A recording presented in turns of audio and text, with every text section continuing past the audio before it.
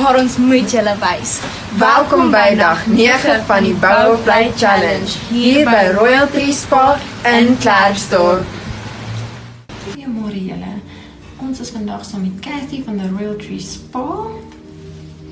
Goeiemôre, baie welkom by ons by Royalty Spa Klerksdorp.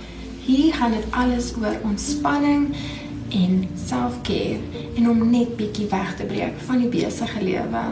Okay, so Cathy sê vir my, wat beteken hierdie besigheid vir julle persoonlik? Die spa is 'n plek van rus, herstel en regtig omgee. Okay, Om te sien hoe iemand se spanning wegsmelt en hulle met 'n sagte glimlag hier uitstap is vir ons die grootste beloning. dis wonderlik. Dis regtig die mees rustigste atmosfeer wat ek in 'n lang tyd beleef het. Dit is Is daar 'n behandeling wat mense nie altyd ken nie, maar beslis moet probeer?